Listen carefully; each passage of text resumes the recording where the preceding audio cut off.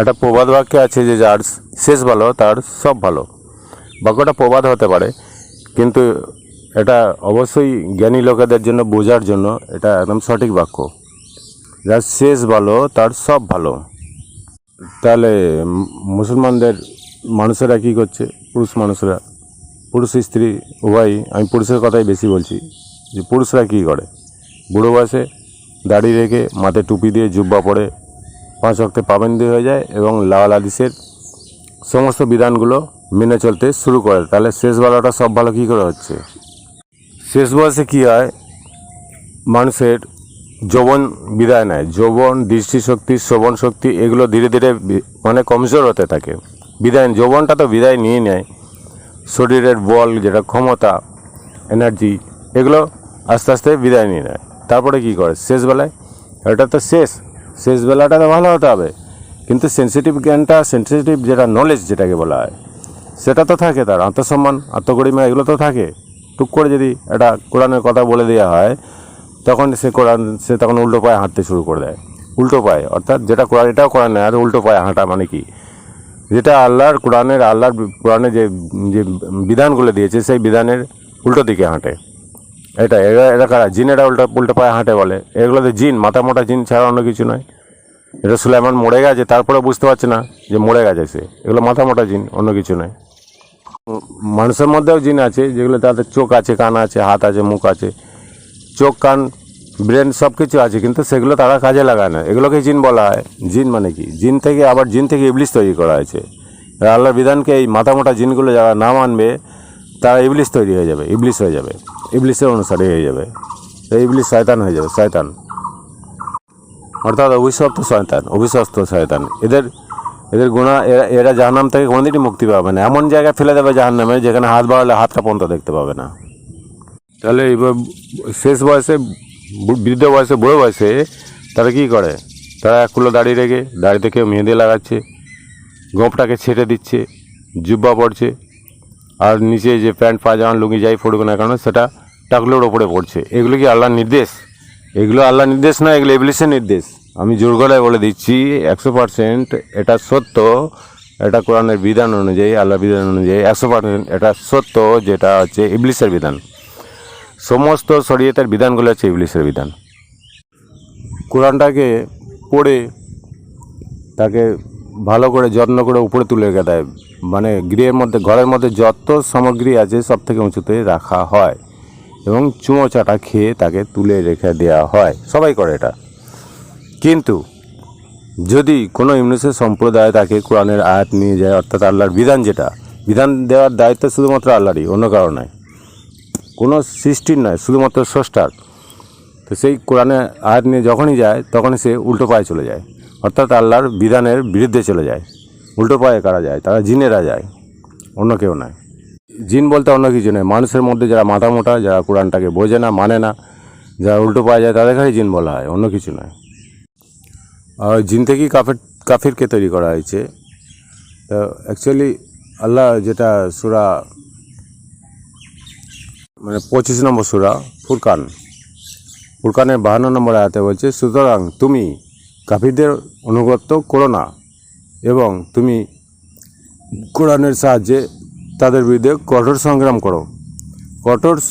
করো। এখানে সংগ্রাম মানে হচ্ছে জিহাদ লেখা আছে। জিহাদ মানে যুদ্ধ নয়, জিহাদ হচ্ছে সংগ্রাম। যতক্ষণ না বুঝবে ততক্ষণ তার পিছু লেগে থাকতে হবে, এটাই হচ্ছে।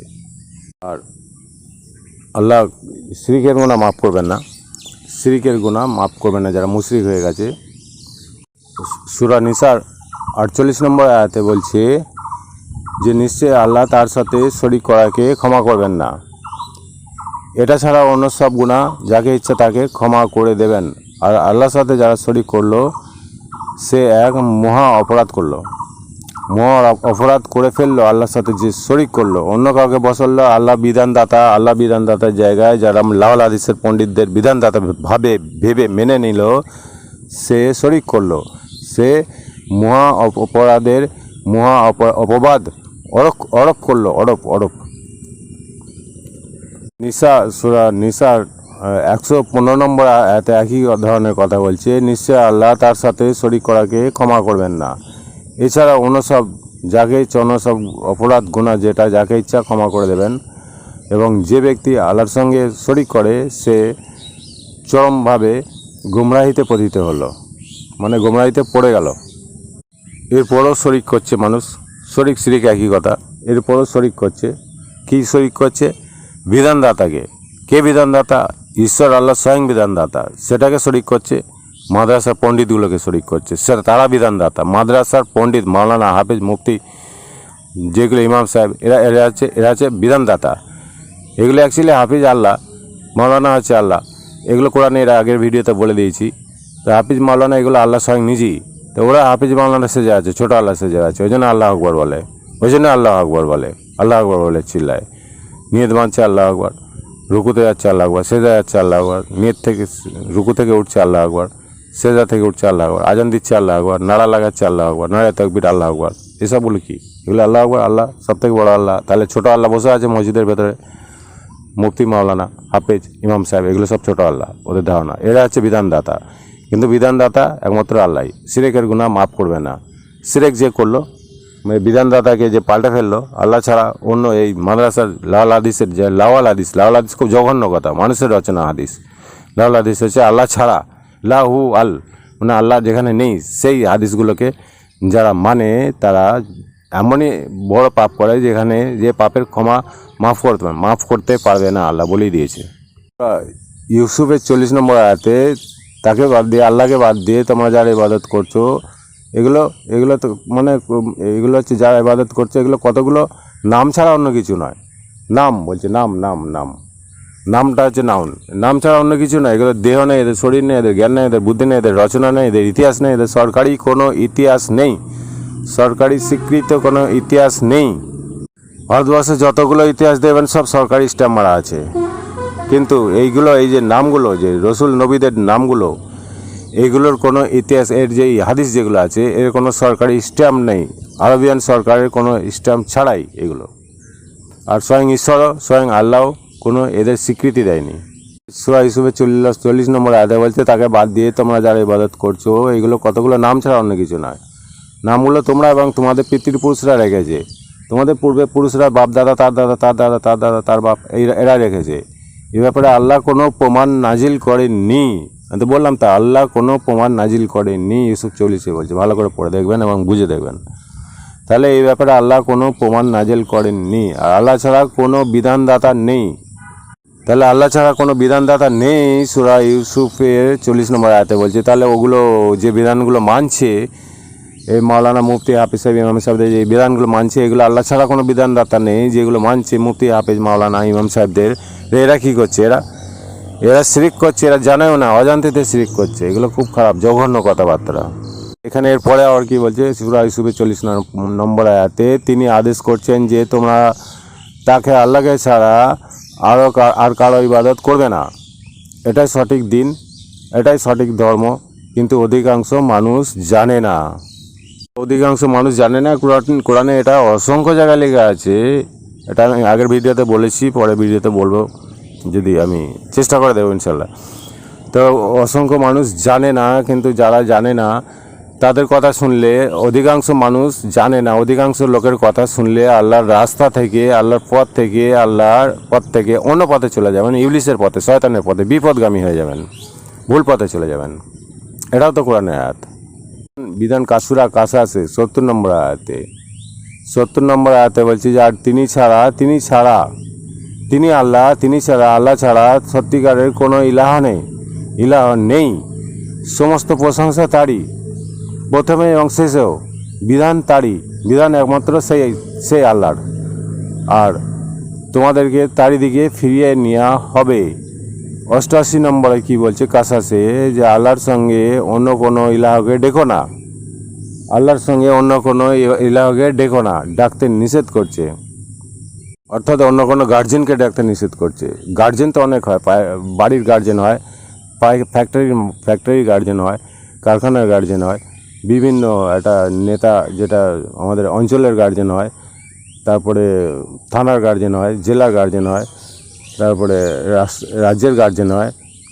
পশ্চিমবাংলা একটা রাজ্য, এর গার্জেন হয়। ভারতবর্ষ একটা রাষ্ট্র, এই রাষ্ট্রের একটা গার্জেন আছে প্রধানমন্ত্রী।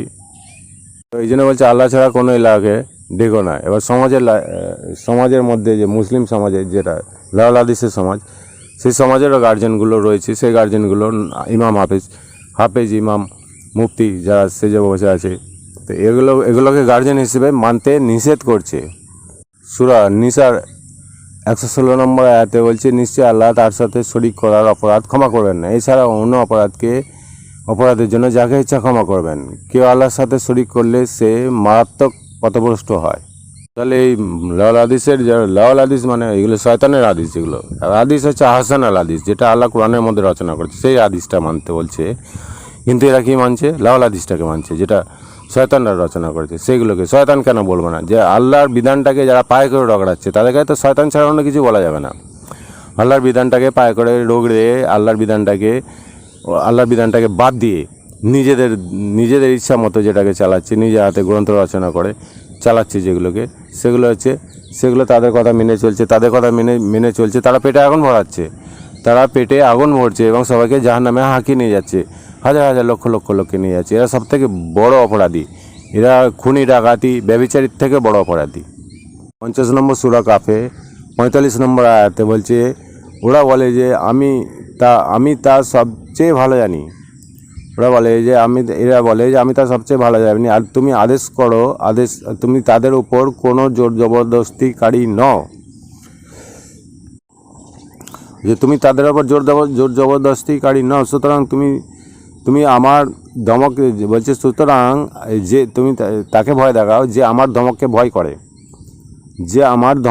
ভয় করে, তাদেরকে কোরআনের সাহায্যে উপদেশ দাও। এখানে তো বলেনি যে লাওয়াল হাদিসের সাহায্যে উপদেশ দাও। তাহলে লাওয়াল হাদিসের সাহায্যে সারা বিশ্বের মাওলানা হাফেজ, মাওলানা মুফতি, ইমাম সাহেবরা উপদেশ দিচ্ছে। এরা যে কত বড় ভুল করছে, যারা শুনছে তারা ভুল করছে, সেই জন্য সাবধান করে দিচ্ছি, অন্য কিছু নয়। আর যদি শোনেন, সাবধান হয়ে যান, তাহলে তো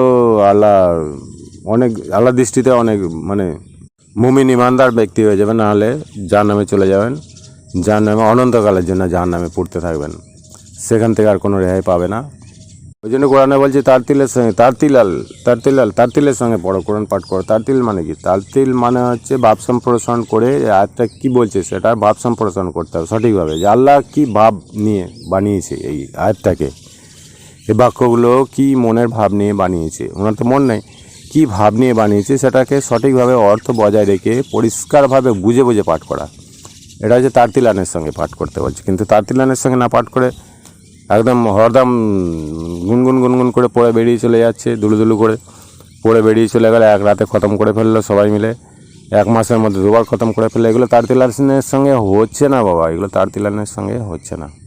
তারতিলান মানে হচ্ছে স্পষ্টভাবে বুঝে সুন্দরভাবে ধীরে ধীরে পাঠ করা। এই তারতিলান শব্দটা সূরা মুজাম্মিলের 4 নম্বর আয়াতে আছে, সেখানে তারতিলাল বলে লেখা আছে, তারতিলাল। তাহলে একটা জিনিস বুঝতে হবে, বহু জিনিসই বুঝতে হবে, যে যার শেষ ভালো তার সব ভালো। কিন্তু শেষবেলায় কী করছে? শেষবেলায় লম্বা দাড়ি রেখে গোঁপটাকে ছেটে দিয়ে কী করছে? সিং ভেঙে বাছুরের দলে ঢুকে যাচ্ছে গোঁপ ছেটে। গোঁপ কারা ছাঁটে? গোঁপ যাদের হয় না, যারা নতুন গজিয়েছে, তারা লজ্জার খাতিরে ছেটে দেয়। ঠিক আছে, জোয়ান ছেলেরা ছাঁটতেই পারে, কিন্তু একটা বুড়ো লোক যদি ছাঁটে, তার মুখটা কেমন লাগে? মুখ পুরো হনুমানের মতো লাগে। ভালো করে দেখবেন, আমি কথাটা বলছি গায়ে লাগবে, কিন্তু গায়ে লাগলেও সঠিক বলছি। আল্লাহর কোরআনে লেখা নেই করতে হবে যে গোঁপ ছেটে দাঁড়িয়ে রাখো। আল্লাহর বিধানের বিরুদ্ধে যারা চলবে তারা হচ্ছে বেদাত। এটা যদিও হাদিসের কথা, কিন্তু বেদাত। এটা হচ্ছে আল্লাহর বিরুদ্ধে চলে, এগুলো হচ্ছে মুনাফিক, এক কথায় এগুলো হচ্ছে মুশরিক। এরা হচ্ছে মুশরিক, আল্লাহকে শিরক করে, আল্লাহর বিধানটাকে বাদ দিয়ে মানুষের ইবলিসের শয়তানের বিধানগুলোকে মানে। মাথায় টুপি দেওয়ার কথা কোরআনে কোথাও লেখা নেই, যুব পড়ার কথা কোরআনে লেখা নেই, কোথাও লেখা নেই, 5 ওয়াক্ত নামাজও কোথাও লেখা নেই, ঈদুল ফিতর কোথাও লেখা নেই, আকিকা কোথাও লেখা নেই, বহু কিছু যত বিধান আছে টোটাল A to Z সবগুলোই লেখা নেই কোরআনে। কিন্তু এরা মানছে। এরা তো পেটে আগুন ভরানোর জন্য, সংসার চালানোর জন্য, গাড়ি বাড়ি করার জন্য করছে। মাওলানা হাফেজ মুফতি মাদ্রাসার কথা লেখা নেই, মাদ্রাসা পণ্ডিত, মাদ্রাসার কথা কোরআনে কোথায় লেখা আছে? ভালো করে দেখবেন। কিন্তু মাদ্রাসা ছাড়া এটা ভাবেই না। মাদ্রাসা কী জ্ঞান অর্জন করে? মাদ্রাসা কোরআনের ভাব সম্প্রসারণ করায় ওরা, না বোঝে ওরা কিছু? কোরআনটাকে শুধু মুখস্থ করে ফেলে, এর বেশি কিছু নয়। আর যেগুলো মানে করেছে সেগুলো ভুল বাংলায়। আমার সব ভিডিওগুলো দেখবেন, মানেগুলো সব ভুল লিখেছে। ওগুলো ভুল লিখেছে, এগুলো বুঝতে পারে না, উল্টো পাল্টা হয়ে যায়, সেই জন্য কী করে হাদিসে জাম করে ঢুকে যায়। কী হাদিস? তা লাল হাদিস। আহসানুল হাদিসটাকে জানিই না তারা। আহসানুল হাদিসটা কি? আহসানুল হাদিসটা কোরআনের মধ্যে আল্লাহ যে হাদিসটা রচনা করেছে ওটাই আহসানুল হাদিস, ওটা কি মানতে হবে। যেটা লাল হাদিস, আল্লাহ ছাড়া আল্লাহু আল, মানে যেখানে আল্লাহ নেই সেখানে আল্লাহ নেই মানে কি? যেখানে শয়তান ঢুকে বসেছে, আল্লাহ বিরুদ্ধাচরণ, আল্লাহ বিধানের বিরুদ্ধাচরণ করছে মানে নিশ্চয় শয়তান সেটা। সে হাদিসগুলোকে মানছে, সে হাদিসগুলোকে মেনে দাঁড়িয়ে রাখছে, জুব্বা পড়ছে, গোঁপ ছাড়ছে, টাকলের ওপরে কাপড় পরছে। আর মেয়েরা কী করছে? বোরকা পরছে। আরে বাবা, বোরকা না, এগুলো হিজাব নয়। হিজাব মানে কি? হিজাব মানে দৃষ্টির আড়াল, অন্য কিছু নয়, দৃষ্টির আড়াল। হিজাব মানে হচ্ছে দৃষ্টির আড়াল। সূর্য যখন অস্ত যায়, সূর্য তো অস্ত যায় না কোনোদিন, দৃষ্টির আড়ালে চলে যায়। এগুলো আগের ভিডিওতে বলা হয়ে গেছে, আমি বাড়াতে চাইছি না। তাহলে হিজাব জান্নাতের জন্য যারা অপেক্ষা করবে তারা কি সেখানে রিজাল্টের কথা নেই। রিজাল্ট মানে কি? রিজাল্ট মানে এরা হাদিসে নিয়ে গেছে পুরুষ, নিসা মানে হচ্ছে নারী। তাহলে সেখানে হিজাব আছে। পুরুষেরা অপেক্ষা করবে, সেখানে হিজাব আছে। তাহলে হিজাব যদি পড়তে হয়, পুরুষ হিজাব পড়বে, নারী কেন পড়বে? ওদের দৃষ্টি অনুযায়ী রিজাল্ট মানে অ্যাকচুয়ালি পুরুষ নয়। রিজাল্ট মানে হচ্ছে যোগ্যতা সম্পন্ন ব্যক্তি, যে কোরআনটাকে বোঝার জন্য যে যোগ্যতা অর্জন করে, যে জান্নাতের যোগ্যতা অর্জন করে, তারাই হচ্ছে রেজাল্ট। সেটা নারী পুরুষ উভয় হতে পারে। আমাদের হিসাব অনুযায়ী নারীরা রেজাল্ট পড়বে না। মানে রেজাল্ট যেটা পুরুষেরা পর্দা পড়বে, হিজাব পড়বে, নাকাব পড়বে, কিন্তু নারী কেন পড়বে? ওদের হিসাব অনুযায়ী। আর কোরআনে আল্লাহর হিসাব অনুযায়ী না, ওটা নয়। ওটা হিজাব মানে হচ্ছে দৃষ্টির আড়াল। বুড়ো বয়সে দেবেন হিজাব পড়ে ঘুরে বেড়াচ্ছে, বোরকা পড়ে ঘুরে বেড়াচ্ছে, কী দরকার? তোমাকে কি ধরে তুলে নিয়ে পালিয়ে যাবে নাকি? না তোমার সাথে কি প্রেম করবে? তোমার হিজাব পড়া তো কোনো দরকারই নেই। বুড়ো বয়সে হিজাব পড়ে, বোরকা পড়ে, এগুলো কি? এগুলো শেষ ভালো, সব ভালো। আমি বলছি নারী পুরুষ উভয়ের মধ্যে শয়তানি আছে, নারী পুরুষ উভয়ের মধ্যে ইবলিসের পথে চলছে। আমার ভিডিও অনেক বড় হয়ে যাচ্ছে, আমি একটু সাবধান করে দিচ্ছি সবাইকে। সাবধানে চলুন এবং বুঝুন, এবং পিছনের ভিডিওগুলোকে ফলো করুন, আর সাবস্ক্রাইব করে লাইক করে এটাকে শেয়ার করবেন, তাতে করে আর পরে ভিডিওগুলো আরও পাবেন, আর আমি বলার সুযোগ পাবো। আল্লাহ হাফিজ।